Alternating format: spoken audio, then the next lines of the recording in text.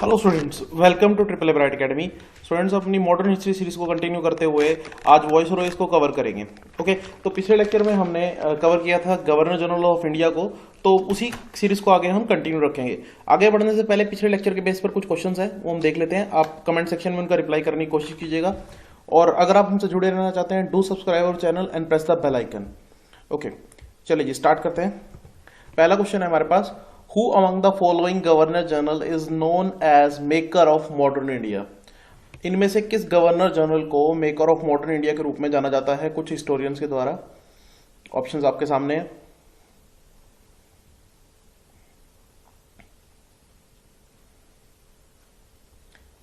Okay, correct answer देख लेते हैं स्टूडेंट्स। करेक्ट आंसर हमने पिछले लेक्चर में बहुत अच्छे से डिस्कस किया था कि लॉर्ड डलहौजी वो पर्सन था जिसने बहुत सारी चीज़ें इंडिया में इंट्रोड्यूस की। जैसे कि अगर हम बात करें, टेलीग्राफ है हमारे पास, पोस्ट ऑफिस है, और अगर हम बात करें और भी कई सारे पीडब्ल्यूडी डिपार्टमेंट, कई सारी चीज़ें डलहौजी की तरफ से इंट्रोड्यूस की गई थी। दैट्स वाई कुछ हिस्टोरियंस के द्वारा उसे मेकर ऑफ मॉडर्न इंडिया कहा जाता है। ओके, नेक्स्ट हमारे पास क्वेश्चन है, the office of governor general of India was created by, हाँ जी, कौन से एक्ट के through office of governor general create किया गया? जल्दी से कमेंट सेक्शन में आप रिप्लाई करने की कोशिश कीजिए।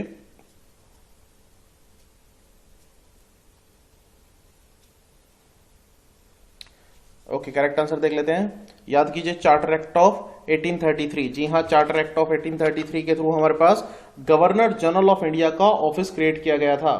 और आपको अगर पता हो, याद हो, तो पिछले लेक्चर में हमने बात भी की थी कि विलियम बेंटिक बनते हैं पहले governor general of India. William Bentinck first governor general of India. Okay, next हमारे पास क्वेश्चन है, राजा Ram Mohan Roy was the founder of, हाँ जी, राजा राम मोहन रॉय को किसके फाउंडर के रूप में हम याद रखते हैं?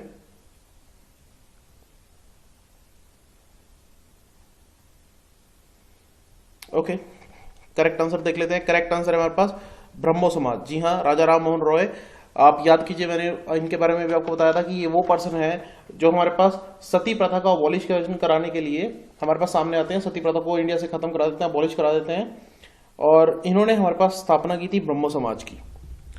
चलिए जी, अब हम स्टार्ट करते हैं वॉइसरॉयज ऑफ इंडिया। तो पहले वॉइसरॉय जिनके बारे में आज हम बात करेंगे वो है लॉर्ड कैनिंग। देखिए स्टूडेंट, आपको याद हो लास्ट टाइम हमने बात की थी लॉर्ड डलहौजी की। तो लॉर्ड डलहौजी हमारे पास कुछ ऐसी चीजें भी करके जाते हैं जिससे इंडियंस के दिलों में गुस्सा भर जाता है, और उसका जो रिजल्ट है वो 1857 के रिवोल्ट के रूप में सामने आता है। सो आपने याद रखना है कि Lord Canning 1856 to 1858 governor general of India थे, लेकिन उसके बाद हमारे पास आता है government of India act 1858। Okay, government of India act 1858 student क्या करता है, ईस्ट इंडिया कंपनी का जो रोल है एडमिनिस्ट्रेशन का, उसको भी खत्म कर देता है। ईस्ट इंडिया कंपनी का जो रोल है भारत में वो खत्म, पावर जो है वो डायरेक्टली ब्रिटिश क्राउन के पास ट्रांसफर हो जाती है, और एक पोस्ट क्रिएट होती है वॉइसरॉय ऑफ इंडिया की। और पहले वॉइसरॉय के रूप में जो हमारे पास पोजीशन हमारे पास रिसीव करते हैं वो है लॉर्ड कैनिंग। तो आपने याद रखना है, लॉर्ड कैनिंग, जैसा कि मैंने यहाँ पे लिखा है पॉइंट में, आप देख सकते हैं स्क्रीन पे, कि गवर्नर जनरल ऑफ इंडिया तो थे 1856 टू 1858, लेकिन वॉइसरॉय कब से कब तक रहे? 1858 टू 62। ओके, तो वॉइसरॉय ऑफ इंडिया के रूप में आप इन्हें जानेंगे फर्स्ट वॉइसरॉय ऑफ इंडिया के रूप में। ओके, अब थोड़ा सा बात करते हैं, जब हमारे पास ये वॉइसरॉय बनते हैं तो इन्हें दिखता है कि सिचुएशन बहुत सारा गड़बड़ है, क्योंकि रिवोल्ट के चलते सारा एडमिनिस्ट्रेशन हिल चुका है, सिस्टम बहुत गड़बड़ हो चुका है। तो उसमें जो सबसे बड़ी प्रॉब्लम थी वो थी डॉक्ट्रिन ऑफ लैप्स। जो डॉक्ट्रिन ऑफ लैप्स किसने शुरू की थी, याद कीजिए पिछले लेक्चर को, तो लॉर्ड डलहौजी ने डॉक्ट्रिन ऑफ लैप्स को शुरू किया था। तो ये डॉक्ट्रिन ऑफ लैप्स को भारत में खत्म कर देते हैं, अबॉलिश कर देते हैं। और एक बहुत बड़ी दिक्कत इनके सामने क्या होती है कि इनके पास पैसा नहीं होता, क्योंकि 1857 के रिवोल्ट के चलते टैक्स की कलेक्शन नहीं हो पाई, और जो पैसा था वो भी बहुत ज्यादा खर्च हुआ है। तो अल्टीमेटली इन्हें पैसों की जरूरत है। तो इसी वजह से ये जेम्स विल्सन को भारत में लेकर आते हैं। जेम्स विल्सन एक इकोनॉमिस्ट हैं स्कॉटलैंड से।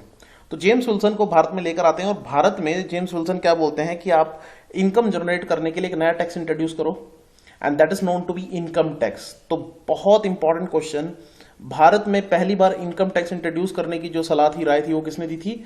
जेम्स विल्सन ने। याद रखेंगे, जेम्स विल्सन ने सलाह दी थी। और ये जो इनकम टैक्स है किस वॉइसरॉय के टाइम पर इंट्रोड्यूस हुआ भारत में? तो आप याद रखेंगे, ये इंट्रोड्यूस हुआ during the time of Lord Canning. Okay, viceroy थे हमारे पास लॉर्ड कैनिंग। इनके टाइम पर student Indian penal code.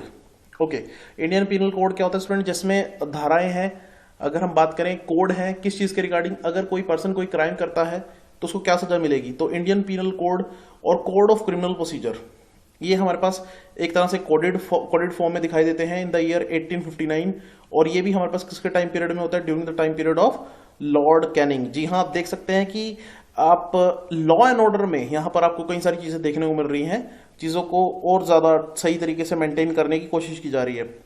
High court act पास होता है स्टूडेंट, हाई कोर्ट एस्टेब्लिश नहीं मैं कह रहा हूं, मैं बोल रहा हूं हाई कोर्ट एक्ट ऑफ 1861, ये हमारे पास पास हो जाता है। ओके, सो इसके बाद हमारे पास इंडियन काउंसिल एक्ट ऑफ 1861 भी देखने को मिलता है during the time of Lord Canning. Basically student अगर हम देखें तो ये जो है चीजों को एक तरह से सही करने की कोशिश कर रहे हैं। जो डलहौजी के टाइम पीरियड पर सारी चीजें गड़बड़ हो गई थी, उनको कहीं ना कहीं बैलेंस आउट करने की कोशिश कौन करते हैं? Lord Canning. तो मैं एक बार फिर से इंपॉर्टेंट पॉइंट्स आपको रिकॉल करा देता हूं, जो इंपॉर्टेंट पॉइंट्स है जो आप याद रखेंगे। पहला सबसे important point, he is the first viceroy of India. दूसरा, हमारे पास डॉक्ट्रिन ऑफ लैप्स को खत्म करते हैं जो कि डलहौजी ने शुरू की थी। तीसरा, इनकम टैक्स इनके टाइम पर इंट्रोड्यूस होता है। इनकम टैक्स जो है वो इनके टाइम पर इंट्रोड्यूस होता है, किसकी सलाह पर? जेम्स विल्सन की सलाह पर। नेक्स्ट पॉइंट हमारे पास इंडियन पीनल कोड और कोड ऑफ क्रिमिनल प्रोसीजर किसके टाइम पर शुरू होता है? हमारे पास during the time of Lord Canning. High court act भी किसके टाइम पर पास होता है? During the time of Lord Canning. So these are the important points जिनके ऊपर सीधा सीधा क्वेश्चन एग्जाम में डायरेक्टली पूछे जाते हैं, बहुत बार पूछे भी गए हैं। ओके, नेक्स्ट स्टूडेंट, इनके पास जो पर्सन इनकी जगह लेते हैं वो है जॉन लॉरेंस।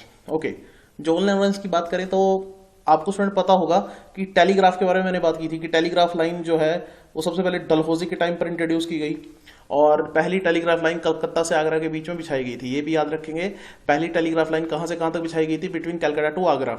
ओके, सो इन्होंने क्या किया? टेलीग्राफ कम्युनिकेशन को एक्सपैंड करते हुए यूरोप तक इन्होंने टेलीग्राफ कम्युनिकेशन एस्टेब्लिश की। ये आप याद रखेंगे। इन्होंने रेलवे को स्टेट लेवल पर एक्सपेंड करने के लिए काम किया, कैनाल्स को लेकर बहुत ज़्यादा वर्क किया। इनके टाइम पर होती है student Anglo Bhutan war. Bhutan और अंग्रेजों के बीच में एक वॉर होती है 1865 में। तो उस टाइम पे हमारे पास वॉइसरॉय होते हैं John Lawrence, sir John Lawrence. ये इंडियन फॉरेस्ट डिपार्टमेंट की एस्टेब्लिशमेंट करते हैं। देखिए, फॉरेस्ट की बात करें तो आपने याद रखना है कि फॉरेस्ट डिपार्टमेंट एक इंपॉर्टेंट डिपार्टमेंट है, और इंडियन गवर्नमेंट एक टारगेट लेकर चल रही है कि इंडिया के एटलीस्ट 33% एरिया पर फॉरेस्ट कवर होना चाहिए। कितने परसेंट एरिया पर? एटलीस्ट 33% एरिया पर फॉरेस्ट कवर होना चाहिए। उसके लिए टारगेट इंडियन गवर्नमेंट लेकर चल रही है। तो फॉरेस्ट डिपार्टमेंट को क्रिएट करने का जो हमारे पास श्रेय है वो किसको जाता है? सर जॉन लॉरेंस को। ओके, इन्होंने पंजाब में स्टूडेंट बहुत सारे चेंजेस किए, स्ट्रक्चरल चेंजेस किए, कुछ टैक्सेस को हटाया, कुछ नए एडमिनिस्ट्रेटिव रिफॉर्म्स ये लेकर आए, और पंजाब के बोर्ड ऑफ एडमिनिस्ट्रेशन में ये मेंबर भी थे। ठीक है, पंजाब में काफी सारे रिफॉर्म्स इन्होंने इंट्रोड्यूस किए। ओके, सो इस वजह से बहुत से हिस्टोरियन इनको सेवियर ऑफ पंजाब के नाम से जानते हैं। तो सीधा सीधा क्वेश्चन मेरा कि अगर आपसे पूछ लिया जाए कि who is known to be the saviour of Punjab, तो आपने याद रखना है sir John Lawrence known to be the saviour of Punjab. In short में स्टूडेंट आपको सिर्फ सीधा सीधा मैं इधर उधर की कहानी बताने की बजाय सीधा सीधा to the point question format में लेके चल रहा हूं, क्यों? ताकि आपको कम से कम याद करना पड़े, कम से कम पॉइंट्स याद करें और मैक्सिमम क्वेश्चंस को आप अटेम्प्ट कर पाए इन द एग्जामिनेशन। नेक्स्ट हमारे पास लॉर्ड मायो। ओके, लॉर्ड मायो का स्टूडेंट कैरेक्टर की बात करें तो ये काफी हद तक स्टैट्स में बिलीव करते हैं, फिगर्स में काफी ज्यादा बिलीव करते हैं। इनको चीजें ऑर्गेनाइज्ड मैनर में पसंद है। तो सबसे पहली चीज तो ये क्या करते हैं? फाइनेंशियल डिस्ट्रीब्यूशन, यानी कि आप ऐसा बोल सकते हैं डिसेंट्रलाइजेशन ऑफ फाइनेंस। कैसे करते हैं? ये बोलते हैं कि स्टेट और सेंटर के बीच में फंड्स का बंटवारा होगा। आप देख लीजिए, financial distribution between centre and state introduce for the first time. ये हमारे पास किसके टाइम पर होता है? During the time of Lord Mayo. Okay, एक चीज और समझने की कोशिश कीजिए स्टूडेंट, ये चाहते हैं कि जो प्रिंसेस हैं, जो राजकुमार हैं इंडिया में, जो बड़े रिच लोग हैं, वो इनके इन्फ्लुएंस में रहे, क्योंकि आने वाले टाइम में कहीं ना कहीं वही लोग राजा बनेंगे। तो ये चाहते हैं कि वो इंग्लिश ब्रिटिश इन्फ्लुएंस में रहे और वो ब्रिटिशर्स की तरह सोचे। इसीलिए ये हमारे पास प्रिंसेस की पॉलिटिकल ट्रेनिंग के लिए दो बड़े कॉलेजेस एस्टेब्लिश करता है। एक तो हमारे पास राजकोट कॉलेज जो कि काठियावाड़ में, और एक दूसरा मायो कॉलेज जो कि अजमेर में। ये दोनों अपने टाइम के स्टूडेंट बहुत इंपॉर्टेंट कॉलेजेस होते हैं, तो आप याद रखेंगे। तो राजकोट कॉलेज किसने एस्टेब्लिश किया था? That is establish by lord Mayo. और कहां पर? काठियावाड़ में। ये स्टूडेंट जैसा कि मैंने बताया स्टैट्स में काफी ज्यादा बिलीव करते हैं, फिगर्स में इन्हें हर चीज ऑर्गेनाइज मैनर में पसंद है। तो स्टैटिस्टिकल सर्वे को ऑर्गेनाइज किया जाता है, स्टैटिस्टिकल सर्वे ऑफ इंडिया, इसकी कहीं ना कहीं स्टैब्लिशमेंट भारत में की जाती है, and that is done during the tenure of Lord Mayo. इनके टाइम पर ये समझते हैं कि एग्रीकल्चर अपने आप में बहुत ज्यादा इंपॉर्टेंट है। वैसे तो ये देखो स्टार्टिंग से ही इंडियन इकोनॉमी एग्रीगन इकोनॉमी रही है, लेकिन एक बात समझ लेते हैं कि अगर एग्रीकल्चर में इंप्रूवमेंट दिखाई दे, एग्रीकल्चर के लिए अलग से एक डिपार्टमेंट ध्यान दे, तो उससे क्या होगा, टैक्स कलेक्शन में हेल्प मिलेगी। कैसे? देखिए स्टूडेंट, अगर कोई डिपार्टमेंट एग्रीकल्चर के बेनिफिट के लिए ध्यान देगा, एग्रीकल्चर को बढ़ाने के लिए काम करेगा, तो अल्टीमेटली जब फार्मर की प्रोडक्शन बढ़ेगी तो उनसे उनकी टैक्स कलेक्शन पर भी, अंग्रेजों की टैक्स कलेक्शन पर भी एक पॉजिटिव इंपैक्ट देखने को मिलेगा। तो इसीलिए हमारे पास क्या किया जाता है, department of agriculture and commerce establish किया जाता है during the time period of Lord Mayo. Okay, बहुत इंपॉर्टेंट और इंटरेस्टिंग क्वेश्चन, एक इंपॉर्टेंट और इंटरेस्टिंग क्वेश्चन मैं आपको बता देता हूं। पहली बार भारत में सेंसस कंडक्ट किया जाता है 1871 में। 1871 में सेंसस कंडक्ट किया जाता है, बट दैट वाज अनसक्सेसफुल। क्योंकि देखिए, मैंने आपको बताया कि लॉर्ड मायो को स्टैट्स और फिगर से बहुत ज़्यादा हमारे पास एक तरह से लगाव है, और इसी वजह से ये सेंसस भी कंडक्ट कराने की कोशिश करता है 1871 में, बट दैट वाज अनसक्सेसफुल। देखिए स्टूडेंट, कुछ बुक्स में आपको हो सकता है 1872 दिखाई दे। उसका रीजन मैं आपको बताता हूँ। सेंसस जो है वो 1871 में शुरू होता है और 1872 में जाके फेल हो जाता है। तो हो सकता है कुछ बुक्स में आपको 1872 दिखाई दे, तो जनरली 1871 और 1872 that is subjected to lord Mayo. ये लॉर्ड मायो का टाइम पीरियड है जब पहली बार सेंसस कंडक्ट कराने की कोशिश की जा रही है, जनगणना। आज की डेट में अगर हम बात करें, हर 10 साल बाद सेंसस होता है। अभी जो सेंसस है वो 2021 में होगा, 2021 में, और ये भारत का पहला डिजिटल सेंसस होने जा रहा है। इसकी announcement home minister of India Amit Shah कर चुके हैं। अब सबसे इंटरेस्टिंग बात लॉर्ड मायो के बारे में, जो एक क्वेश्चन बनता है और यूनिक क्वेश्चन बनता है, वो क्या कि स्टूडेंट ये इनके कार्यकाल के दौरान ही इनका मर्डर हुआ था। कैसे? आपको पता होगा कि हमारे पास ब्रिटिशर्स जितने भी खूंखार कैदी होते थे, जितने भी हमारे पास ऐसे कैदी होते थे जो ज्यादा बड़े क्राइम जिन्होंने किए हैं, उनको पोर्ट ब्लेयर अंडमान में हमारे पास पोर्ट ब्लेयर है, तो वहां पर काले पानी की सजा में भेज दिया जाता था। सेलुलर जेल वहां पे हुआ करती थी। तो वहां पर एक पठान कैद था जिसका नाम था शेर अली अफरीदी। तो शेर अली अफरीदी क्या करता है, जब लॉर्ड मायो जेल के निरीक्षण पे आए होते हैं एक दिन, तो वो पहले से ही प्रिपरेशन करके रखता है और लॉर्ड मायो का कत्ल कर देता है। तो he is the only viceroy was murdered in office by a Pathan in 1872। तो ये बहुत इंपॉर्टेंट पॉइंट है, आप लोग याद रखेंगे। हमारे पास आ जाते हैं लॉर्ड नॉर्थब्रॉक। देखिए स्टूडेंट, लॉर्ड नॉर्थब्रॉक के कई इंपॉर्टेंट काम हैं जो आपको एग्जाम में पूछे जा सकते हैं। इसमें सबसे इंपॉर्टेंट एक है इंडियन क्रिश्चियन मैरिज एक्ट। अब आप बोलेंगे कि क्रिश्चियन मैरिज एक्ट का आज के इंडिया से क्या लेना देना। देखिए, जो आज का इंडिया का जो मैरिज एक्ट है उसमें काफी हद तक जो हमारे पास चीजें हैं वो यहीं से ली गई हैं। जैसे कि आपको पता होगा कि मिनिमम एज फॉर बॉयज वो है 21 मैरिजेबल एज, और गर्ल्स के लिए 18। तो वो यहाँ पर एक तरह से पहली बार स्पेसिफाई की गई थी in Indian Christian marriage act 1872, जो कि आया था लॉर्ड नॉर्थब्रॉक के टाइम पर। ज्योतिबा फूले, जो कि एक समाज सुधारक थे, सोशल रिफॉर्मर थे, उन्होंने सत्यशोधक समाज की स्थापना की महाराष्ट्र में। और स्टूडेंट, मैं यहाँ पे बताना चाहूंगा कि इस समाज का या इस ऑर्गेनाइजेशन का मेन टारगेट क्या था कि कास्ट सिस्टम को, अनटचेबिलिटी को भारत से खत्म करना, जो कुप्रथा चली आ रही है उसको कहीं ना कहीं अबॉलिश करना। यहां पर स्टूडेंट क्या होने लगा इंडिया में कि लोगों ने एक नए तरीके से अंग्रेजों के खिलाफ लोगों को यहां पर मोटिवेट करना शुरू कर दिया है। आप जनसाधारण को, जो हमारे पास समाज के कुछ वर्ग हैं, उन्होंने मोटिवेट करने के लिए थिएटर का यूज करना शुरू कर दिया है। हमारे पास ड्रामा परफॉर्मेंसेस होने लगी हैं जिसमें ब्रिटिशर्स के किए गए अत्याचारों के बारे में लोगों को समझाने की कोशिश की जा रही है। तो बेसिकली ड्रामेटिक परफॉर्मेंस एक्ट लाया जाता है लॉर्ड नॉर्थब्रॉक के द्वारा, जिसमें क्या कहा जाता है कि ब्रिटिशर्स के खिलाफ कोई भी ड्रामा या कोई भी ऐसी एक्ट अगर परफॉर्म की जाती है तो उसको कंप्लीटली बैन कर दिया जाएगा, और जो लोग उसमें पार्टिसिपेट कर रहे होंगे उनके खिलाफ एक्शन लिया जाएगा। तो ड्रामेटिक परफॉर्मेंस एक्ट जो है 1876 में, वो लॉर्ड नॉर्थब्रॉक के टाइम पर आता है। इनके टाइम पर स्टूडेंट एक बात और मैं आपको बताना चाहूंगा, कुका मूवमेंट जो है, जो चलती आ रही है पहले से, वो एक रेबेलियस टर्न ले लेती है। यहाँ पर कुछ लोग जो है अंग्रेजों के खिलाफ उठ खड़े होते हैं, मलेर कोटला में अटैक कर दिया जाता है। फिर हमारे पास कुका मूवमेंट के उस समय के जो हेड हैं गुरु राम सिंह जी, उनको अरेस्ट कर लिया जाता है और उन्हें बर्मा भेज दिया जाता है। जी हाँ, याद रखेंगे, गुरु राम सिंह जी हमारे पास उस समय कुका मूवमेंट के हेड हुआ करते थे। कुका मूवमेंट के फॉलोवर्स को आगे चलकर नामधारी के नाम से जाना गया, ये भी आप याद रखेंगे। So that is all related to Punjab. Okay, चलिए आगे हम चलते हैं, लेकिन एक बार जल्दी से हमने जो पढ़ा है वो एक बार जल्दी से रिकॉल कर लेते हैं अभी तक जो हमने पढ़ा है। सबसे पहले हमने लॉर्ड कैनिंग के बारे में पढ़ा, और मैंने बताया कि उनके टाइम पर एक तरह से हमारे पास पहली बार इंडिया में इनकम टैक्स इंट्रोड्यूस हुआ, इंडियन पीनल कोड आया, कोड ऑफ क्रिमिनल प्रोसीजर आया, डॉक्ट्रिन ऑफ लैप्स को उन्होंने अबॉलिश किया। फिर उसके बाद हमने जॉन लॉरेंस के बारे में पढ़ा, और मैंने आपको बताया कि जॉन लॉरेंस के टाइम पर भूटान वॉर हुई थी। ओके, फिर हमने मायो के बारे में पढ़ा, जिन्होंने department of agriculture and commerce establish किया था, स्टैटिस्टिकल सर्वे को एस्टेब्लिश किया, पहली बार सेंसस हुआ जो कि अनसक्सेसफुल था। और मायो कॉलेज की स्थापना हुई, और मैंने बताया था कि उनको असैसिनेट किया गया था, उनका कत्ल हुआ था, और ये कत्ल किया था एक पठान ने जिनका नाम था शेर अली अफरीदी। ओके, सो अब हम नेक्स्ट वॉइसरॉय की तरफ बढ़ते हैं, और next viceroy examination point of view से इंपॉर्टेंट है, उनके बारे में कई बार क्वेश्चन पूछा जाता है। अभी हम देखने की कोशिश करेंगे कौन सा क्वेश्चन जनरली। सो नेक्स्ट हमारे पास आ जाते हैं Lord Lytton. Okay, Lord Lytton के बारे में बात करते हैं। तो स्टूडेंट्स ये कहीं ना कहीं इंडियंस के अगेंस्ट थे, मतलब कि इनके लिए जो डिसीजन थे वो कहीं भी इंडियंस के फेवर में नहीं थे, ये भी आपको पता चल जाएगा।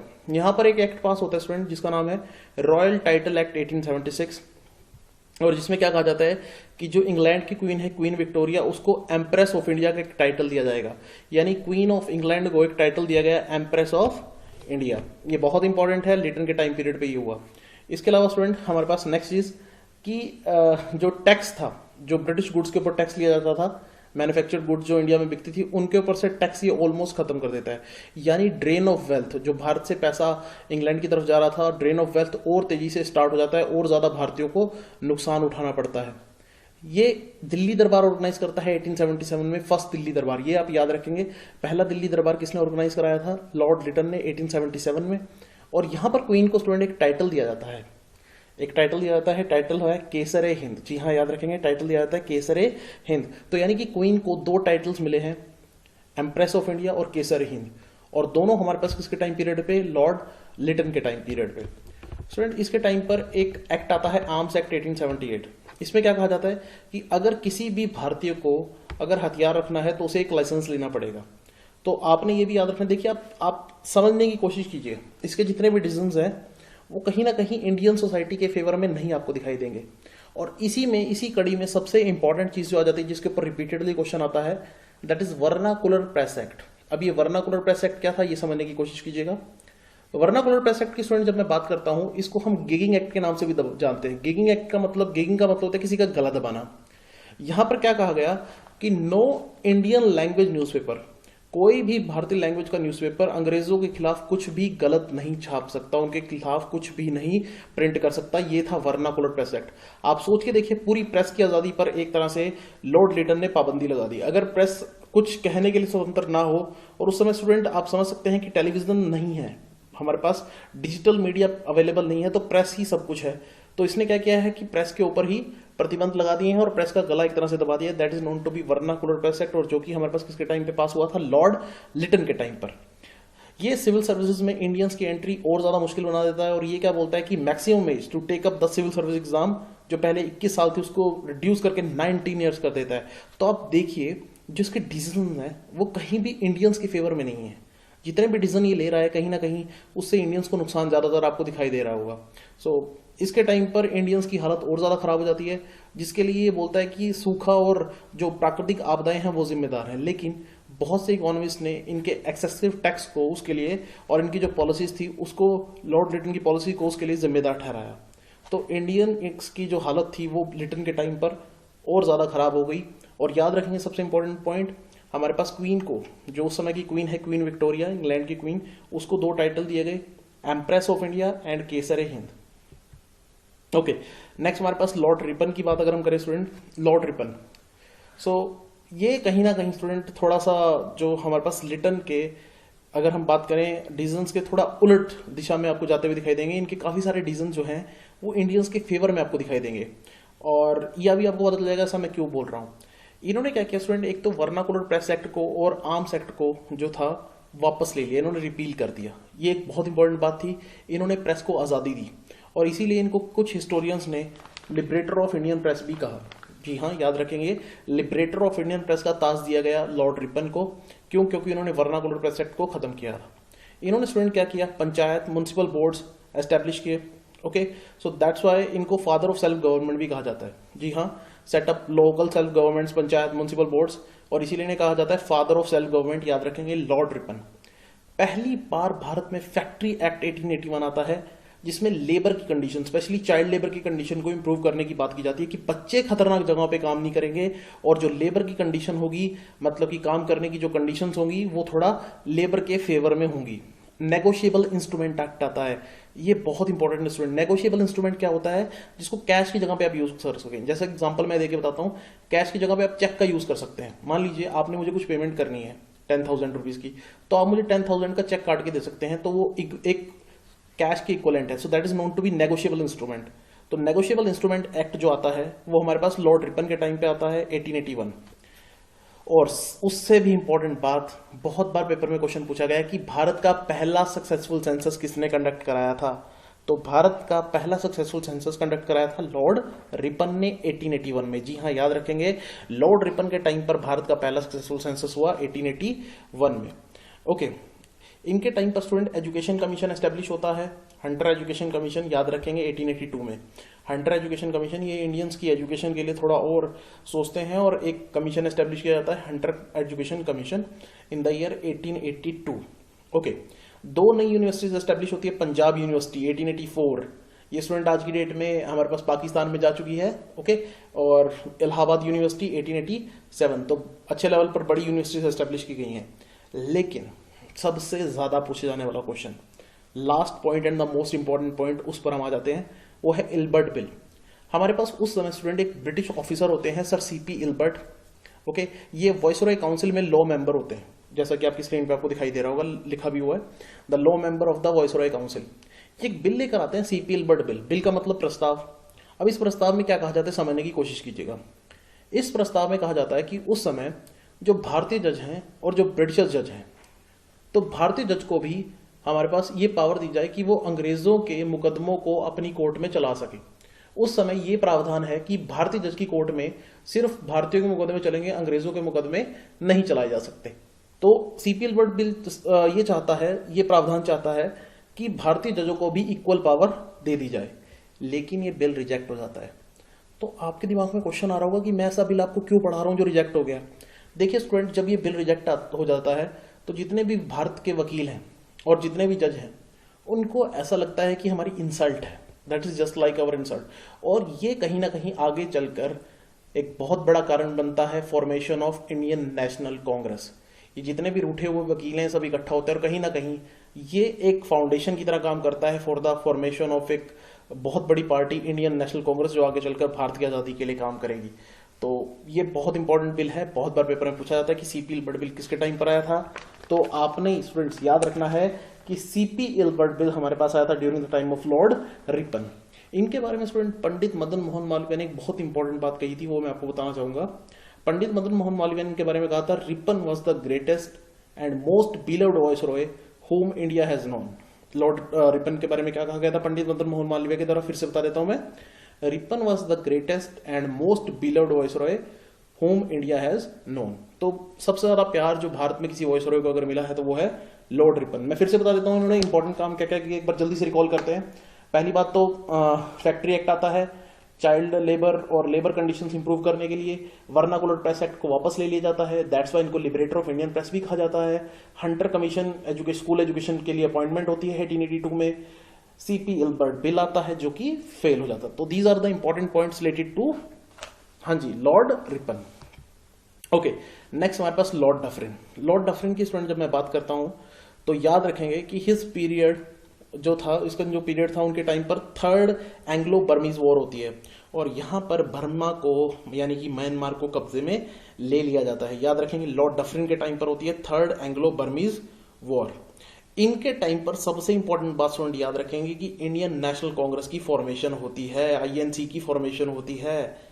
Okay, so Indian national Congress formed during the time of viceroy Lord Dufferin. ये क्वेश्चन कई बार पूछा गया है, तो ये क्वेश्चन आप याद रखेंगे। और एक इनकी कोर्ट में आपको जरूर बताना चाहूंगा, जब स्टार्टिंग में इंडियन नेशनल कांग्रेस बनती है तो लॉर्ड डफरिन से जब इन कांग्रेस के बारे में पूछा जाता है तो कांग्रेस के बारे में लॉर्ड डफरिन बोलते हैं it's nothing but a microscopic minority.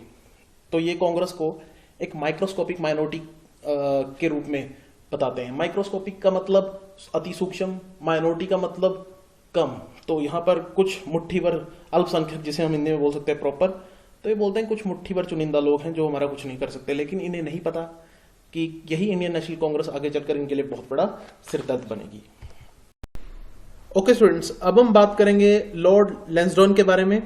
इनके टाइम पर स्टूडेंट क्या होता है कि सेकंड फैक्ट्री एक्ट ऑफ 1891 आता है। इससे पहले हमने बात की थी फैक्ट्री एक्ट की, तो ये हमारे पास किसके टाइम पे आया था, अगर आपको याद हो, लॉर्ड रिपन के टाइम पर। तो इनके टाइम पर सेकंड फैक्ट्री एक्ट आता है। और इनके टाइम पर एक और चीज होती है student, categorization of civil services. यहाँ पर इंपीरियल, प्रोविंशियल और सबऑर्डिनेट हमारे पास अलग अलग कैटेगरीज बना दी जाती हैं सिविल सर्विसेज की। तो देखिए आप यहाँ पर देख रहे हैं कि सिविल सर्विसेज के अंदर कैसे अपग्रेडेशन हो रही है, कैसे पर्टिकुलर चेंजेस आपको दिखाई दे रहे हैं सिविल सर्विसेज के अंदर। ओके, आगे हम बात करें तो इंडियन काउंसिल एक्ट ऑफ 1892। देखिए स्टूडेंट, ये वो एक्ट था जिसके थ्रू इलेक्शंस भारत में इंट्रोड्यूस हुए, बट दे आर इनडायरेक्ट। ये आप याद रखेंगे, हमारे पास इलेक्शंस इंट्रोड्यूस करने के लिए कौन सा एक्ट आया था, इंडियन काउंसिल एक्ट ऑफ 1892। और उस समय वॉइसरॉय कौन थे, लॉर्ड लैंसडॉन। ओके, नेक्स्ट अगर हम बात करें, इनके टाइम पर स्टूडेंट दुरंत कमीशन की अपॉइंटमेंट होती है। अब ये दुरंत कमीशन क्या है, देखिए स्टूडेंट एक बात समझिए, 1947 में पाकिस्तान बना, लेकिन पाकिस्तान से पहले वो क्या था, इंडिया का ही पार्ट था। यानी जो पाकिस्तान के एरियाज हैं वो इंडिया के एरियाज हुआ करते थे। तो ब्रिटिशर्स ने क्या किया, अफगानिस्तान और इंडिया के बीच में बॉर्डर डिफाइन करने के लिए दुरंत कमीशन को अपॉइंट किया। और ये जो रेड लाइन आपको स्क्रीन पे दिखाई दे रही है, ये हमारे पास दुरंत लाइन कहलाती है, जो 1893 में बॉर्डर बना था ब्रिटिश इंडिया और अफगानिस्तान के बीच में। आज की डेट में याद रखेंगे दुरंत लाइन कौन सी दो कंट्रीज के बीच में है, बिटवीन पाकिस्तान एंड अफगानिस्तान। और उस समय की बात करें तो अगर हम बात करें British India and Afghanistan in the year 1893, तो ये सब किसके टाइम पे हुआ था, लॉर्ड लैंसडॉन के टाइम पीरियड पे। तो ये एक इंपॉर्टेंट एस्पेक्ट बनता है। और ब्रिटिशर्स ने स्टूडेंट एक बात मैं आपको समझाना चाहूंगा, बहुत से स्टूडेंट्स का ये मानना है कि बहुत से एरिया ऐसे थे जो अफगानिस्तान के थे, उनको भी फोर्सफुली ब्रिटिश इंडिया में शामिल कर लिया था। तो ये क्या करते थे, अपनी फोर्स का यूज करते हुए कुछ एरियाज को इलीगली कैप्चर भी कर लेते थे जब ये बॉर्डर्स वगैरह डिसाइड करते थे, ऐसा बहुत से हिस्टोरियंस का मानना है। ओके, चलिए हम नेक्स्ट वॉइसरॉय की तरफ चलते हैं। नेक्स्ट हमारे पास वॉइसरॉय आ जाते हैं लॉर्ड एल्गिन। ओके, इनके टाइम की बात करें स्टूडेंट, इनके टाइम पर मुंडा अपराइजिंग होती है। मुंडा हमारे पास एक ट्राइबल, हमारे पास एक जनजाति है। तो ये जो जनजाति है झारखंड से बिलोंग करती है, और ये जो जनजाति है ब्रिटिश के खिलाफ उठ खड़ी होती है। इनके लीडर कौन होते हैं मैं आपको बताना चाहूंगा, बिरसा मुंडा। इनके लीडर का नाम है बिरसा मुंडा। ये पिक्चर आप देख सकते हैं, ये एक हमारे पास एक यहाँ पर कंप्यूटर ग्राफिक्स की हेल्प से बनाई गई पिक्चर है। तो जनरली आपको ऐसी पिक्चर्स बिरसा मुंडा की दिखाई देगी हर जगह पे। ये एक ट्राइबल लीडर थे स्टूडेंट, और इनका जो पोर्ट्रेट है वो पार्लियामेंट के म्यूजियम में भी लगा हुआ है। एक ऐसे ट्राइबल लीडर जिनका पोर्ट्रेट पार्लियामेंट म्यूजियम में भी लगा हुआ है, बिरसा मुंडा। तो रांची में इन्होंने, आपने याद रखना है, जो ब्रिटिशर्स के खिलाफ हमारे पास आंदोलन था उसको लीड किया था। तो झारखंड से ये लीडर थे, झारखंड रांची से। और इनके नाम पर रांची का एयरपोर्ट भी है। जो रांची का एयरपोर्ट है वो बिरसा मुंडा के नाम पर है, ये आप याद रखेंगे। और रांची की जो सेंट्रल जेल है वहां पर इनको फांसी सजा दे दी जाती है। ओके, उसके बाद अगर हम बात करें आगे, सो ग्रेट फेमाइन ऑफ 1896, हमारे पास एक बहुत भयंकर सूखा पड़ता है 1896 में, और उसको असेस करने के लिए, उसके बारे में रिपोर्ट प्रिपेयर करने के लिए लायल कमीशन को अपॉइंट किया जाता है। और ये हमारे पास किसके टाइम पर होता है, लॉर्ड एल्गिन के टाइम पर, ये आप याद रखेंगे। ओके, लेकिन एक बड़ी इंटरेस्टिंग चीज होती है इनके टाइम पर, और वो क्या कि चेपेकर ब्रदर्स जो हैं, चेपेकर ब्रदर्स हमारे पास कहाँ से हैं, ये हैं पुणे से, पुणे महाराष्ट्र से। आज की डेट की अगर बात करें पुणे महाराष्ट्र, तो पुणे में उस समय स्टूडेंट बहुत भयंकर प्लेग फैली है। प्लेग आपको पता होगा, चूहों की बीमारी। तो चूहों की बीमारी जब फैलती है तो हमारे पास फिर से रिपोर्ट प्रिपेयर करने के लिए अंग्रेज क्या करते हैं, ब्रिटिश ऑफिसर रैंड को अपॉइंट करते हैं। अब ये ब्रिटिश ऑफिसर रैंड क्या करते हैं, इंडियंस के साथ बहुत बदतमीजी से और बहुत बदसलूकी से व्यवहार करते हैं during the time of plague. Even जो बचे हुए लोग हैं उनको स्ट्रिप सर्च किया जाता है और उनके साथ बहुत ही गलत तरीके से बिहेव किया जाता है। तो इस सब का बदला लेने के लिए चेपेकर ब्रदर्स क्या करते हैं, ब्रिटिश ऑफिसर रैंड को और उनके जो साथी होते हैं लेफ्टिनेंट आयर्स को किल कर देते हैं। तो पहली बार कोई पॉलिटिकल किलिंग हुई है, आपने याद रखना है, पहली बार पॉलिटिकल किलिंग यहाँ पर चेपेकर ब्रदर्स ने की थी, जो कि कहाँ से बिलोंग करते थे, पुणे से। ओके, याद रखेंगे। इसके अलावा स्टूडेंट हमारे पास स्वामी विवेकानंद, जो कि एक फेमस पर्सनैलिटी हैं, वो रामकृष्ण मिशन की स्थापना करते हैं। तो आपने याद रखना, पेपर में कई बार क्वेश्चन आया है कि रामकृष्ण मिशन की स्थापना किसने की थी, तो ये की थी हमारे पास स्वामी विवेकानंद ने। ठीक है, कहां पर, एट बेल्लूर मठ, और 1897 में बेल्लूर मठ, जो कि आज की डेट में अगर हम बात करें इन वेस्ट बंगाल। तो ये सारे पॉइंट्स आप याद रखेंगे। ये पिक्चर आप देख सकते हैं बिरसा मुंडा और चेपेकर ब्रदर्स की। ओके, नेक्स्ट हमारे पास one of the important viceroy जिनके ऊपर रिपीटेड क्वेश्चन आता है। Okay, lord Curzon. तो लॉर्ड कर्जन के बारे में थोड़ा सा हम बात कर लेते हैं। तो लॉर्ड कर्जन वैसे तो आपको पता ही होगा फेमस किस लिए है, बंगाल के विभाजन के लिए। लेकिन और भी कई सारे इंपॉर्टेंट पॉइंट्स इनसे रिलेटेड, आइए वो देख लेते हैं। तो Indian coinage and paper currency act इनके टाइम पर इंट्रोड्यूस होता है। देखिए स्टूडेंट, ये क्या करते हैं, गोल्ड स्टैंडर्ड के अगेंस्ट करेंसी को फिक्स कर देते हैं, और ब्रिटिशर्स जो है इंडियन कॉइनेज और पेपर करेंसी को पूरा अपने कंट्रोल में ले लेते हैं। तो करेंसी की जो भी करेंसी से रिलेटेड इश्यूज हैं, अब वो पूरे 100% ब्रिटिश एडमिनिस्ट्रेशन, ब्रिटिश कंट्रोल के अंडर आ चुके हैं। आज की डेट की अगर हम बात करें, आप सब लोगों को पता होगा, करेंसी की जो प्रिंटिंग होती है वो तो आरबीआई करता है, लेकिन कॉइन्स की जो मिंटिंग होती है, कॉइन्स के लिए हम वर्ड यूज करते हैं मिंटिंग, वो कौन करता है, गवर्नमेंट ऑफ इंडिया। ये छोटा सा पॉइंट आप याद रखेंगे। और एक छोटा सा पॉइंट और मैं आपको बता दूं, 1 रुपए का करेंसी नोट सबसे ज्यादा इंटरेस्टिंग है, क्योंकि उसको गवर्नमेंट ऑफ इंडिया प्रिंट करती है, एक्सेप्शन है। बाकी सारे करेंसी नोट आरबीआई प्रिंट करता है। सिर्फ 1 रुपए का जो करेंसी नोट है वो गवर्नमेंट ऑफ इंडिया प्रिंट करती है। याद रखेंगे, पहली बार 1 रुपए का करेंसी नोट कब प्रिंट हुआ था, 30 नवंबर 1917, 30 नवंबर 1917 को, 30 नवंबर 1917 को पहली बार 1 रुपए का करेंसी नोट प्रिंट हुआ था। ओके, नेक्स्ट पॉइंट अगर हम बात करें, नॉर्थ वेस्ट फ्रंटियर प्रोविंस इन्होंने क्रिएट की। अभी नॉर्थ वेस्ट फ्रंटियर प्रोविंस क्या है, ये स्टूडेंट आप नीचे जरा मैप देखिए, लॉर्ड कर्जन की पिक्चर के नीचे, तो रेड कलर में जो एरिया आपको दिखाई दे रहा है, इसको हम बोलते हैं नॉर्थ वेस्ट फ्रंटियर प्रोविंस। जो रेड कलर में आपको दिखाई दे रहा है, जम्मू कश्मीर के साथ ये बॉर्डर शेयर करता है। ओके, सो इसको आज की डेट में पाकिस्तान ने नाम दिया है खैबर पख्तूनख्वा, खैबर पख्तूनख्वा इसको नाम दिया हुआ है। लेकिन इसको एक प्रोविंस के रूप में, एक एरिया के रूप में एस्टेब्लिश किसने किया था, यहाँ पर जनरली आपको पठान देखने को मिलेंगे, अफगानिस्तान से साथ ये लगता हुआ एरिया है, तो इसको हमारे पास क्रिएट किया था लॉर्ड कर्जन ने। इनके टाइम पर स्टूडेंट पुलिस कमीशन की भी एस्टेब्लिशमेंट हुई, पुलिस कमीशन एस्टेब्लिश किया गया under sir Andrew Fraser, police के अंदर स्ट्रक्चरल रिफॉर्म्स लाने के लिए। यूनिवर्सिटी एक्ट ऑफ 1904, यूनिवर्सिटीज को मैनेज किया जा सके, कैसे यूनिवर्सिटीज का कैरिकुलम सेट किया जा सके, तो इसलिए आता है हमारे पास इंडियन यूनिवर्सिटी एक्ट ऑफ 1904। तो आप देख रहे हैं कि सारे के सारे जो इंपॉर्टेंट चीजें हैं वो किसके टाइम पर हो रही हैं, लॉर्ड कर्जन के टाइम पर। इनके टाइम पर department of commerce and industry establish किया गया, department of commerce and industry. Student याद कीजिए, हमने इससे पहले बात की थी लॉर्ड मायो के टाइम पर department of agriculture and commerce हुआ था, लॉर्ड मायो के टाइम पर एस्टेब्लिश हुआ था department of agriculture and commerce, और यहां पर हम बात कर रहे हैं department of commerce and industry. लेकिन जैसा कि मैंने आपको बताया, लॉर्ड कर्जन को सबसे ज्यादा याद किसके लिए किया जाता है, for the partition of Bengal. अब ये पार्टीशन बंगाल क्यों करते हैं, ताकि हिंदू मुस्लिम यूनिटी को ब्रेक किया जा सके।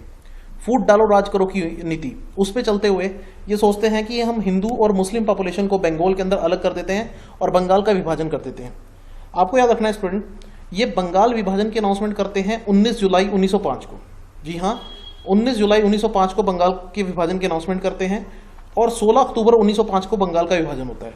जी हाँ, याद रखेंगे, 19 जुलाई 1905 को अनाउंसमेंट होती है कि बंगाल का विभाजन होने जा रहा है, और हमारे पास आप याद रखेंगे कि पार्टीशन हुआ कब था, विभाजन हुआ कब था, 16 अक्टूबर 1905 को। ओके, तो जब ये बंगाल के विभाजन के अनाउंसमेंट होती है, उसके बाद आपको पता ही होगा कि पूरे बंगाल में इसका विरोध होता है, और उसको हम ऑल्दो आने वाले लेक्चर्स में डिटेल में पढ़ेंगे। स्वदेशी एंड बाइकॉट मूवमेंट पूरे बंगाल के और उसके आसपास के एरिया में स्टार्ट हो जाती है, स्वदेशी एंड बाइकॉट मूवमेंट, तो सुना ही होगा आपने इसके बारे में। लेकिन एक क्वेश्चन मैं यहाँ पे बताना चाहूंगा, बड़ा इंटरेस्टिंग। अभी हरियाणा के जो हमारे पास एग्जाम्स हुए थे उनमें पूछा गया था, हरियाणा का जो नायब तहसीलदार का एग्जाम था उसमें क्वेश्चन पूछा गया था कि जब बंगाल के विभाजन की अनाउंसमेंट होती है तो पहला कौन सा न्यूज़पेपर था जिसने इसके बारे में न्यूज़ प्रिंट की थी, बंगाल के विभाजन के बारे में। तो आपने याद रखना स्टूडेंट, संजीवनी न्यूज़पेपर। संजीवनी न्यूज़पेपर पहला न्यूज़पेपर था जिसने बंगाल के विभाजन के बारे में खबर प्रिंट की थी, न्यूज़ प्रिंट की थी। ठीक है, संजीवनी न्यूज़पेपर, मैं फिर से रिपीट कर रहा हूँ। ओके, तो जैसा कि मैंने बताया कि स्वदेशी मूवमेंट शुरू हो गई बंगाल के विभाजन के खिलाफ। स्वदेशी मूवमेंट क्या था कि हमारे पास कि विदेशी गुड्स का जो है बहिष्कार किया जाएगा और स्वदेशी गुड्स का यूज किया जाएगा, मतलब इंडियन मेड गुड्स का यूज किया जाएगा मैक्सिमम टू मैक्सिमम। और जिस भी भारतीय के पास कुछ ब्रिटिश गुड्स अवेलेबल भी होंगी तो उनको सब लोग शाम को मिलेंगे, चौराहे पर लेकर आएंगे और कुछ इस तरह से जला दिया जाएगा। जैसे ये पिक्चर में आपको दिखाई दे रहा है, ये हमारे पास स्वदेशी एंड बाइकॉट मूवमेंट की एक पिक्चर है। आप देख सकते हैं कि यहाँ पर लोग क्या कर रहे हैं कि जो हमारे पास विदेशी गुड्स है उनको लकड़ियों के साथ जलाया जा रहा है। बेसिकली कुछ ऐसा, जो भी हमारे पास फॉरेन मेड गुड्स है उनको बाइकआउट करने की बात चल रही है। ओके, एनी बेसेंट एक बहुत ही एमिनेंट पर्सनैलिटी इन और फ्रीडम स्ट्रगल में हमारे एक इंपॉर्टेंट योगदान रहा है एनी बेसेंट का। आयरिश लेडी हैं, आयरलैंड से हैं। तो हमारे पास लॉर्ड कर्जन के समय पर ये क्या करती हैं, हमारे पास बनारस हिंदू गर्ल्स स्कूल की स्थापना करती हैं। तो बनारस हिंदू गर्ल्स स्कूल, जैसा कि आज की डेट में अगर हम बात करें, वाराणसी में ये एस्टेब्लिश किया गया, उस समय बनारस उसे जाना जाता था। ओके, मैं फिर से एक बार रिपीट कर देता हूँ लॉर्ड कर्जन के टाइम पर क्या क्या हुआ। एक तो स्टूडेंट आपने याद रखना है, Indian coinage and paper currency act आता है, पुलिस कमीशन की अपॉइंटमेंट होती है, और एक और छोटा सा पॉइंट मैं मिस कर गया, सेकंड दिल्ली दरबार ऑर्गेनाइज किया जाता है during the time of Lord Curzon. Second Delhi दरबार जो है वो लॉर्ड कर्जन के टाइम पर एस्टेब्लिश किया जाता है, ये भी आप याद रखेंगे। और कहीं ना कहीं लॉर्ड कर्जन को एंशिएंट मॉन्यूमेंट में बड़ा इंटरेस्ट होता है। एंशिएंट मॉन्यूमेंट मतलब कि जो पुरानी हमारे पास इमारतें हैं उनको प्रिजर्व करने में भी लॉर्ड कर्जन काफ़ी ज़्यादा इंटरेस्टेड होते हैं, तो इसलिए वो हमारे पास एंशिएंट मॉन्यूमेंट प्रिजर्वेशन एक्ट भी उनके टाइम पर पास होता है 1904 1904। एंशिएंट मॉन्यूमेंट प्रिजर्वेशन एक्ट किसके टाइम पर आता है? लॉर्ड कर्जन के टाइम पर। ओके, और कहीं ना कहीं ये हमारे पास आर्कियोलॉजिकल डिपार्टमेंट को भी रिस्ट्रक्चर्ड करते हैं, जो हमारे पास एग्जिस्ट तो पहले से भी करता था लेकिन उसको काफ़ी हद तक रिस्ट्रक्चर किया जाता है during the time of Lord Curzon. तो कहीं ना कहीं पुरानी इमारतों को प्रिजर्व करने के लिए और पुराना जो हमारे पास हेरिटेज सिस्टम चला रहा है उसको प्रिजर्व करने के लिए लॉर्ड कर्जन कुछ स्टेप्स लेते हैं। और लेकिन सबसे इंपॉर्टेंट बात मैंने आपको ऑलरेडी बता दी, जो आपने याद रखनी है कि इनके टाइम पर बंगाल का विभाजन ये अनाउंस करते हैं और उसका मेन ऑब्जेक्टिव क्या है? फूट डालो राज करो, डिवाइड एंड रूल। तो ये स्टूडेंट हमारे पास थे लॉर्ड कर्जन। अगले लेक्चर में, अगली वीडियो में हम नेक्स्ट वॉइस नोट्स को कंटिन्यू करेंगे। आज के लिए इतना ही। अगर आप हमसे जुड़े रहना चाहते हैं, do subscribe our channel and press the bell icon. Thank you, have a nice day.